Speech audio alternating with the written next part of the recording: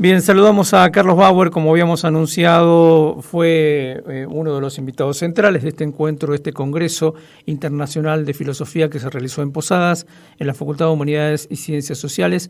Más de 200 participantes online y en forma directa, de diferentes puntos de América Latina y también de Argentina. Carlos, ¿cómo estás? Muy buenos días. Hola, buenos días. Muy bien, por suerte.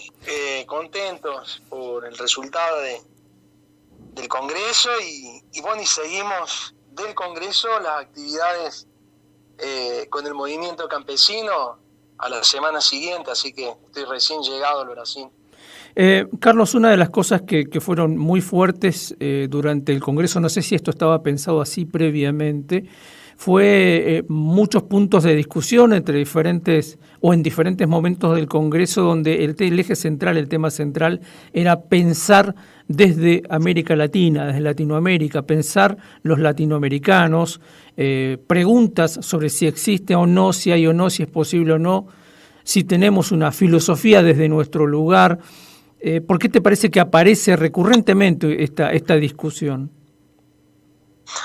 Y la recurrencia y la duda aparece justamente por el problema y la estructura colonial y hegemónica y de conquista, que no ha terminado y no se ha cerrado. Es un debate, es una lucha constante. Ahora, pensar desde América es absolutamente posible y tenemos una tradición que se remonta a la conformación de nuestras culturas ancestrales y luego, desde el tiempo de conquista, tenemos ejes fundamentales, o sea que ya son centenarios también. Y el giro que le da la filosofía de la liberación a todo este contenido es aún más explícito y más práctico, porque ya reúne todas las dimensiones concretas de la realidad. Ya ahí hay que hablar no solo de historia y de filosofía y de teología, sino articular todos esos elementos con la economía política, con la política propiamente.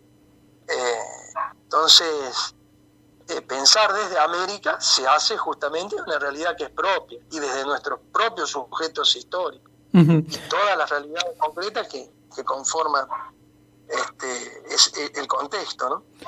Vos insististe en muchos momentos de tu participación, estuvimos siguiendo eso, la idea del pensar situado, es decir, pensar desde aquí y no remitir esto a un mero problema de bibliografía o conocimiento de bibliografía, sino meterse mucho más en aspectos históricos, un poco lo que venías contando recién. ¿Puedes explayarte un poquito más con eso?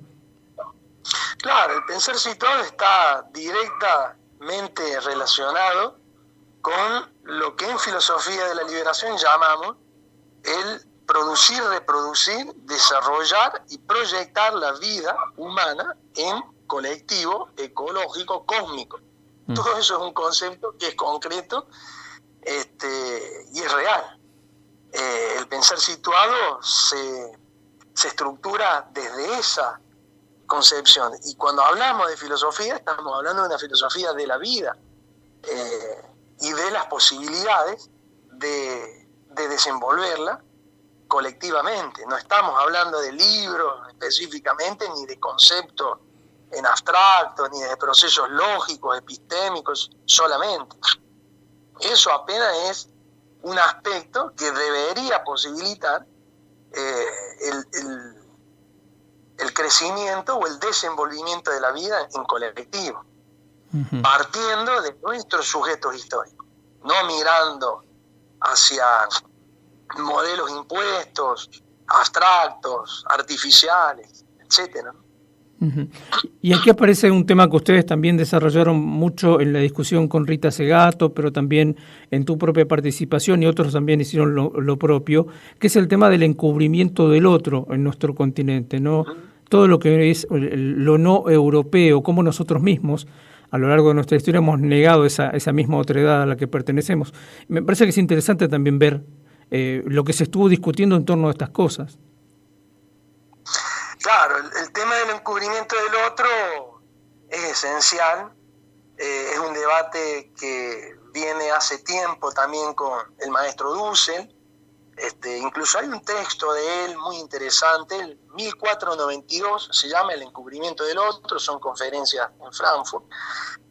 Bueno, eso está relacionado también directamente con lo que comenté hace un instante, es decir, con las estructuras coloniales que se imponen en una realidad, que es una realidad siempre viva, y le imponen un modelo de desarrollo ante el cual habría que llegar o nivelarse.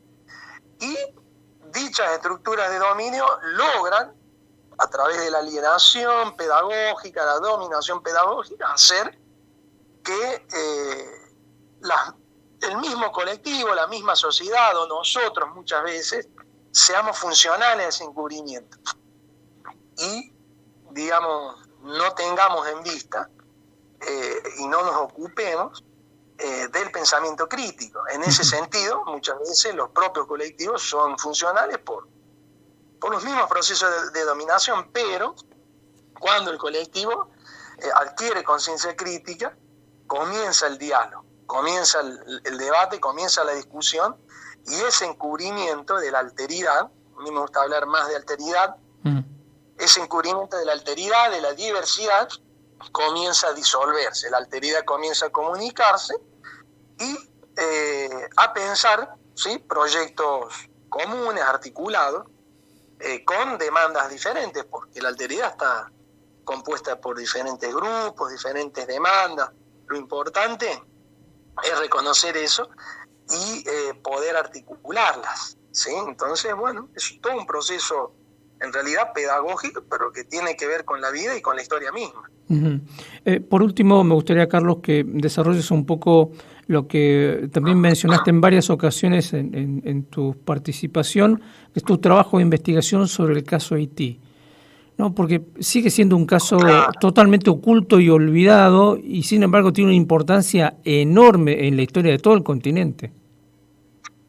Claro, bueno, cada uno de estos temas, la verdad que uno puede estar mucho tiempo conversando, pero claro, mi esfuerzo con el tema de Haití, ya va a ser más de 20 años, es mostrar un prisma, un lente, un prisma, desde donde se descompone todo este espectro hegemónico, y digamos, podemos empezar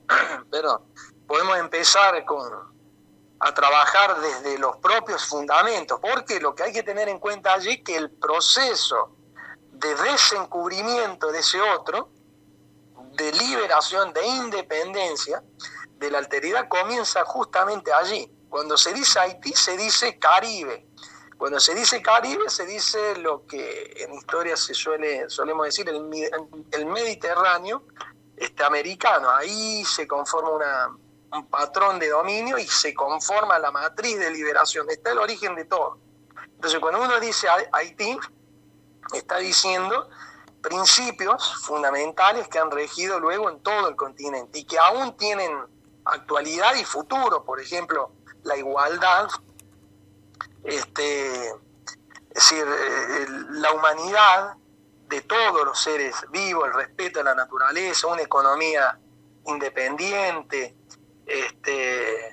etcétera. Entonces, cuando se dice Haití, se está diciendo un paradigma, no se está diciendo apenas un país, porque bueno, justamente por ese encubrimiento del otro, falta de conciencia crítica, cualquiera puede decir, bueno, estamos en Brasil, no en Haití, estamos en Argentina, no en Haití, no hay que caer en esas distorsiones, porque ahí se pierde de vista justamente el proceso histórico, ¿no? Los procesos de independencia, los procesos epistémicos, críticos, de liberación, no son apenas locales, ¿no?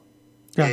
Y en el caso de Haití adquirieron dimensiones continentales e influyeron a todos los demás procesos. Uh-huh. Carlos, vi que el Congreso de algún modo ha tenido continuidad con la mucha comunicación que se sigue manteniendo entre los participantes. La idea es continuar con estos encuentros. Sí, eso nos ha sorprendido realmente.